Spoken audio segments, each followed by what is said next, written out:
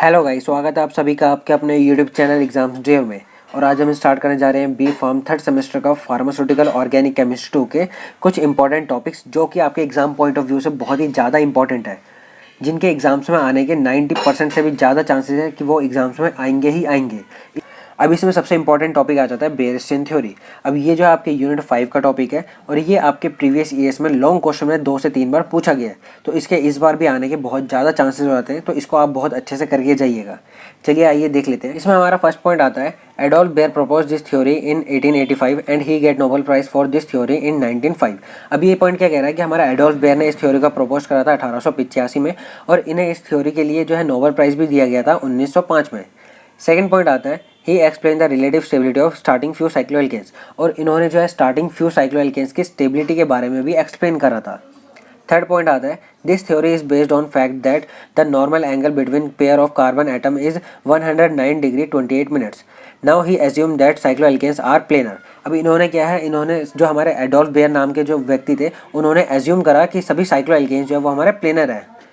Next point आता है stability of cycloalkenes depend upon angle strain. अब इन्होंने बताया था कि हमारा स्टेबिलिटी जो होती है हमारी सभी साइक्लोएल्केन्स की, वो उनके एंगल स्ट्रेन पे डिपेंड होती है। और इन्होंने ये रिलेशनशिप बताया था कि हमारा एंगल स्ट्रेन हम जैसे जैसे बढ़ाएंगे वैसे वैसे साइक्लोएल्केन्स की स्टेबिलिटी जो होती है वो हमारी डिक्रीज होती चली जाएगी। चलिए अब हम बात करते हैं एंगल स्ट्रेन की कि एंगल स्ट्रेन होता क्या है। It is the angle difference between desired angle and actual angle. Basically हमारा डिजायर्ड एंगल और एक्चुअल एंगल में जितना डिफरेंस है उसे हम कहते हैं एंगल स्ट्रेन। अब यहाँ पे हमारा डिजायर्ड एंगल कितना है, हमारा 109 डिग्री 28 मिनट्स। इसको आप इस तरीके से समझिए, यहाँ पे हमने एग्जाम्पल ले रखा है साइक्लोप्रोपेन का। अब साइक्लोप्रोपेन का हमारा डिजायर्ड एंगल कितना होगा 109 डिग्री 28 मिनट्स। बट हमारा साइक्लोप्रोपेन का जो हमारा एक्चुअल एंगल है, कार्बन कार्बन के बीच का हमारा जो एक्चुअल एंगल है वो हमारा होता है 60 डिग्री। आप इसको इस तरीके से समझिए, ये जो आपका कंप्लीट एंगल है वो हमारा डिजायर्ड एंगल है माइनस ये वाला जो हमारा ये एक्चुअल एंगल है, ये हमारा 60 डिग्री है, वो हमारा साइक्लोप्रोपेन का एक्चुअल एंगल है। तो हम इसमें से जब बड़े वाले में से हम छोटा वाला माइनस करेंगे तो हमारा ये वाले एंगल निकलेंगे, ये जो हमारा साइडों के एंगल है ये वाले। अब यही हमारा जो है एंगल स्ट्रेन है। अब इसी को हम जो है एंगल स्ट्रेन कहते हैं। अब किसी भी एंगल स्ट्रेन को निकालने के लिए हमें क्या करना है, सिंपली हमें जो है डिजायर्ड एंगल में से एक्चुअल एंगल को माइनस करना है। अब यहाँ पे हमारा साइक्लोप्रोपेन में एक्चुअल एंगल कितना है, हमारा 60 डिग्री। तो हम यहाँ पे इस तरीके से इसको लिखेंगे और यहाँ पे हम जो है 60 डिग्री को माइनस कर देंगे। अब जो भी आएगा उसको हम हाफ करके यहाँ पे हमारा ये जो है साइक्लोप्रोपेन का एंगल स्ट्रेन निकल आएगा। अब यहाँ पे आपको एक चीज़ पे और ध्यान देना है कि आप जब भी किसी भी साइक्लोएल्केन्स का एंगल स्ट्रेन निकालेंगे तो वहाँ पे आपको 1 डिग्री की वैल्यू जो है वो 60 मिनट पुट करनी है, जिससे आपका एंगल स्ट्रेन जो है वो बिल्कुल एक्यूरेट निकलेगा। तो इस तरीके से हमने यहाँ पे कुछ कंपाउंड्स है, जैसे हमारा साइक्लोप्रोपेन हो गया, साइक्लोब्यूटेन हो गया, साइक्लोपेंटेन हो गया और साइक्लोहेक्सेन हो गया। तो यहाँ पे हमने इन चारों कंपाउंड्स की जो है हमने एंगल स्ट्रेन यहाँ पे निकाल रखा है, तो आप इजिली यहाँ से नोट डाउन कर सकते हैं। नेक्स्ट पॉइंट आता है according to Baeyer strain theory stability of cycloalkanes are as follow. यहाँ पे हमें जो है बेयरस्टेइन थ्योरी ने स्टार्टिंग के कुछ साइक्लोएल्केन्स की स्टेबिलिटी के बारे में भी एक्सप्लेन करा था। यहाँ पे इन्होंने बताया था कि हमारा साइक्लोप्रोपेन जो है वो हमारा सबसे कम स्टेबल होता है, फिर उससे ज़्यादा होता है हमारा साइक्लोब्यूटेन, फिर उससे ज़्यादा होता है हमारा साइक्लोहेक्सेन और सबसे ज़्यादा होता है हमारा साइक्लोपेंटेन। तो यहाँ पे इन्होंने जो है इस तरीके से स्टेबिलिटी ऑर्डर दिया था हमारे कुछ स्टार्टिंग साइक्लोएल्केन्स का।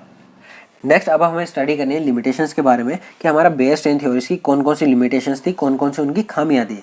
इसमें हमारा फर्स्ट पॉइंट आता है this theory only apply on lower cycloalkenes. ये थ्योरी जो है सिर्फ और सिर्फ लोअर साइक्लोएल्केन्स के ऊपर ही अप्लाई हो रही थी।